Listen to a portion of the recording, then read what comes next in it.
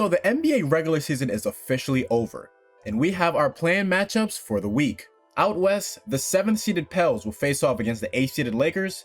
Then we'll have the Kings facing off against the Warriors. The winner of the 7th 8th seed game will be the 7th seed in the Western Conference, while the loser of that game will face off against the winner of the Kings Warriors game for the final spot in the NBA Western Conference playoffs. And those same rules apply for the Eastern Conference. The Sixers and the Heat will play for the 7th seed, and the loser of that game will face off against the winner of the Hawks-Bulls matchup for the final spot in the Eastern Conference playoffs. It's quite a bit at stake. Legacies are on the line, and a lot of people are expecting some big things from a couple of these teams. Now, the season probably didn't go as expected for all of these teams. Starting out west, it was probably known that the Lakers and Pels were expected to be much higher than where they finished. For the Pelicans, the start of the season was a bit rough. They were still finding their identity, working Zion back from injury and trying to gain chemistry, as the foundation of this team just hadn't really played much together. They put it all together as the season went on, but had some blunders in between. And now they see themselves as a 7th seed. I have a lot of faith in this team to make the playoffs and potentially do some big things.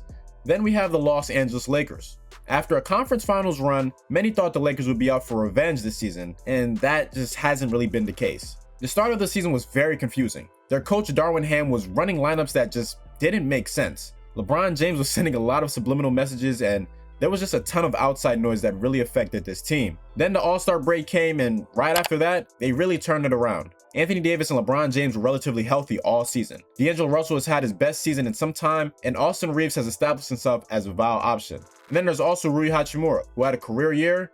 The team is getting healthier at the right time, getting back guys like Gabe Vincent and Jared Vanderbilt, who's expected to make his return sometime soon. Any LeBron James-led team will always have my utmost confidence, and I do expect them to go far this season with their combination of experience, improved spacing, playmaking, and interior defense.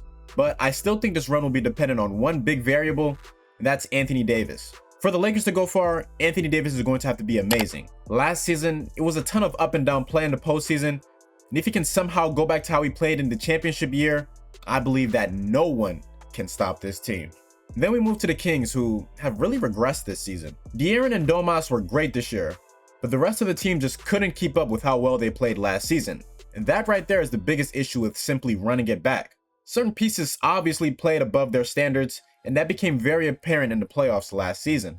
And now, the odds of them making the playoffs altogether seem a bit low. And if they don't, there's going to be a lot of shuffling that they're going to have to do this offseason. Now we got the Warriors.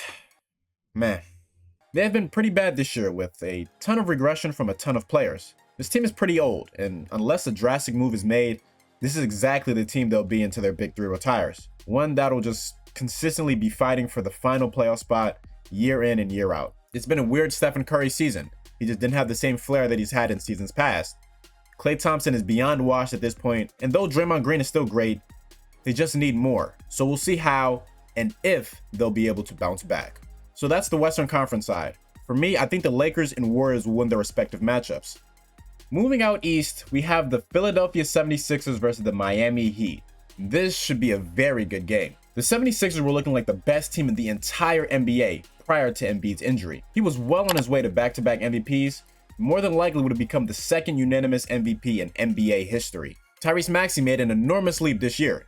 He was an all-star, the likely most improved player of the year, as well as the potential to be an all-NBA player. And on top of that, they made the right moves to have the right assortment of quality players around their dynamic duo. And now Joel is back, and no one wants to see this team in the playoffs. And then we have the Miami Heat, back in the plan once again. They will need all of Jimmy's heroics to make another deep playoff run, but this time he might have a little more help.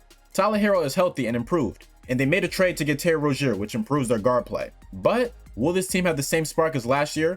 And will their role players go ballistic once again? You can count on Eric Spoelstra's coaching, and you can count on Jimmy Butler to be great, but who else is going to step up when the going gets tough? Those are the questions that need to be answered for the Miami Heat. But with all things considered, I have the Sixers winning this game, backed by the heroics of Joel Embiid. And then there's the Bulls and Hawks. Yeah, I got the Hawks winning that one. So with that, I have the Lakers and the Sixers winning their 7th seed matchups. Now for the 8th seeds, I have the Pelicans beating the Warriors and the Heat beating the Hawks, locking in the playoffs for the 2024 season. This will make for some great matchups round one. A lot of questions will have to be answered for the teams that I predict to not make it. All I know is we will have 8 amazing series to watch, and I cannot wait to see how they unfold.